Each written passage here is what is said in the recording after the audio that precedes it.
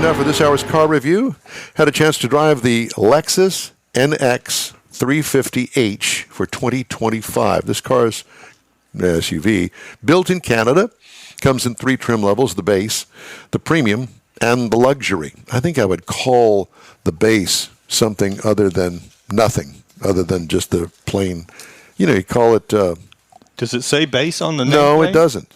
I called it that. But what else would you call it? You're just because you can get more options on other styling. Well, I understand, but I mean... You still got to have a name. Whatever. So I had the luxury, which is the top of the line, all-wheel drive. This is a small SUV. Seats 5. Exterior changes from last year, none. It was all new in 2022. Nose looks heavy on this vehicle with that protruding spindle grille, but somehow it works. Sculpted sides give it an hourglass figure. Looks good. Rear hatch mimics the nose, but on a much smaller scale, obviously. Attention to design detail is outstanding on this car and very noteworthy as well. What I liked about it, the overall design gets high marks, including the wheels on this car. And I never really talked too much about wheels, but I like them. What could use improvement? Nothing. Good job, Lexus. Interior highlights, awesome design overall with the built-in large infotainment screen, which is, I don't understand why manufacturers don't build the infotainment screen into the dash like this one is, but they continue to, stick them on top of the dash to look like an afterthought. Contrasting soft surfaces exude a luxury feel. Make-believe wood trim is high quality, and fit and finish overall is superb. Door handles are electronic and add a nice touch to it. So you just kind of press the button on the door handle on the inside to get out. It's really cool. Cargo trunk room adequate for its small size. What I liked about it, speakers built into the door panel. It's a really nice design touch that I liked. What could use improvement? The ability to change commands of ancillary equipment from the steering wheel can be confusing because it has dots. Painted dots on this 4-button thing. Wow. And, you can see what you're changing up there on the dashboard, but it's confusing to me. But, so is most of life. 2.5-liter 4-cylinder hybrid motor with 240 net horsepower combined. What? You were going to say something? Oh, no. Jack was agreeing. Well, yeah. Jack and I kind of are on the same track when it comes to these things. Transmission, CVT, very smooth. It works perfectly for this car. Tow rating, 2,000 pounds if you dare. 41 miles per gallon in the city. Nice. 37 on the highway for combined to 39. I got 37.9 over 348.1 miles. What I liked about it? Well, let's see. Mileage? Yeah, I don't think anything could use improvement there. Lexus has this thing that they kind of match up powertrains with the vehicle, and it just works. Ride and handling, superb. Not sure why you would want the F Sport, which is available. It's not a trim level per se, but it is a package that you can get on the different trim levels. An F Sport and an SUV? Why? And a luxury SUV, huh? It's performance, isn't it? No, it's a ride handling thing, and it doesn't make sense for this particular car. What could use improvement? Nothing. It's one of the big reasons you buy a Lexus. Pricing, base trim on this $52,340. Price is tested $57,275. The base model price is $45,125. This is about $2,700 more than the gas-only 250 model. So you decide, but I'll tell you what, I would pay the $2,700 extra for the smoothness of this hybrid combination drivetrain. Competitors to the vehicle, none of them are hybrids like this. The BMW X3 starts at $49,500.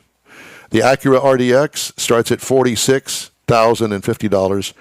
And the Genesis GV70, with which it competes, $45,700.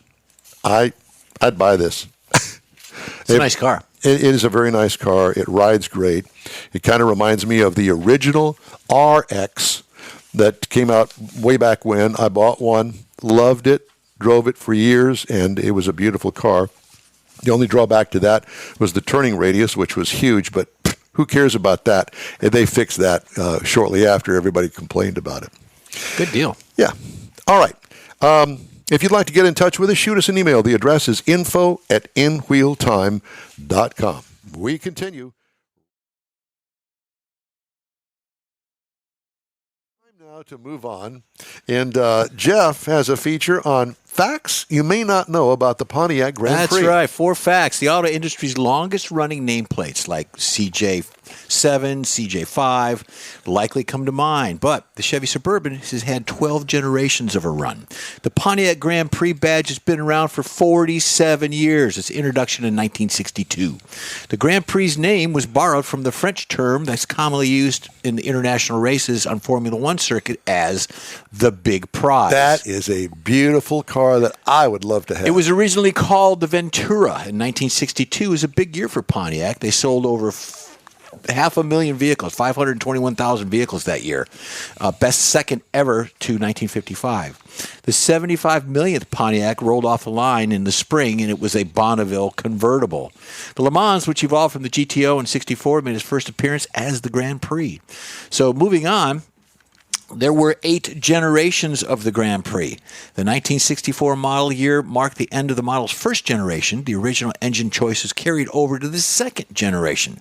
In 1969, the Grand Prix moved from a mid-sized G-body platform. It shared with Chevy Monte Carlo, Malibu, Buick Regal, of course, Century, and the Oldsmobile Cutlass. In 1997 through 2004, the supercharged 3.8-liter V8 could produce 260 horsepower. Wow. And a 5.3-liter V8 generated 303 horsepower at 323 foot-pounds of torque. So moving on to that. The next fact that you didn't know was the Grand Prix convertible was only made in 1967. I like that car. I do too. I like that one.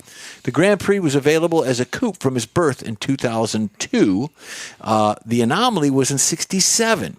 The only time the convertible version of the Grand Prix was produced, despite its gorgeous sweeping lines and vast open-air cruising deck. The Grand Prix convertible was not common. It was not a hot commodity. People didn't like it, like just Don said. They produced 5,800 of these convertibles. You may think it a rarity based on the original price of $3,800 for that car back then. That's a lot. Today, it's about $36,000. You really can't find any more because nobody wants them, and they're kind of just going away. The last one that actually got some money was the Hearst edition. It was a 455 cubic inch for $100,000. But that was a classic. It was all redone and refurbished and looked pretty. The last one we have a fact that NASCAR had the Pontiac. It was a repeat NASCAR champion. The Grand Prix was popular as a mass-market vehicle, but it also had success on the racetrack. NASCAR champions who had driven the Grand Prix stock cars included Dale Earnhardt, Rusty Wallace, Bobby Labonte, Tony Stewart, and Richard Petty. So during that time, the championship years, Earnhardt's Grand Prix ride came in '81, and he is the and he was 29 and defending the series champion when he drove that car back then. So there you go. There's 4 facts about it. And like the Pontiac, I will tell you, I have an idea for General Motors. And that was, the fact that if they're going to do NASCAR without a brand, the Chevy Camaro anymore, pick up the Pontiac. Just put Pontiac on the back of it. They don't make it. Well, they don't make this car that they're going to race, so just put Pontiac. Put Grand Prix on it. Just get another car. We got a few in mind. There's a few Chevrolets out there. I mean, there's some. Yep. Well, they don't make the Malibu anymore. No. What Chevy would that be? They don't make the Camaro. What's wrong with the Corvette? They're going to put a Corvette on NASCAR? Why not? You'd have to restyle it, make it. It's fiberglass. No, it's not. The size, plastic. Weight, and all that. Plastic, fiberglass, same thing. I think there's some other engineering specs on that. I saw a show called Trans Am. It's been out for a while. They're watching a rerun. You can't say that on the radio. What, Trans Am? Oh, okay. Well, it was about a car that they did some work to. Yeah, that makes sense. And it's been on for years ago. But they remodeled the new Firebirds to look modern, like a Camaro. Have you ever seen those? Yeah. Okay. Well, they had a customer come in with a Oldsmobile Vista Cruiser. Said, just fix it up. Don't make anything fancy about it. Frame off restoration. they went overboard. The guy wanted to keep his engine complete as a 455. They dropped an LS whatever number in there, built it up, supercharged it, put like $130,000 in it, and the guy says, I don't want it. That's not what I wanted. So they ended up buying the car back from the guy. They lost money. It was on TV. They showed it. Wow. Really? You know what? I'm going to make it look good for my customer, and I'm going to do this and this. They never honored what the guy wanted to do to the car. Yeah. So they ate it. They ate it. They're Wow. trying to At the very end, outthink they and ate think, I know better than my customer. Right. Yeah. Yeah. We're going to do your car review on the other side of the hour. Okay.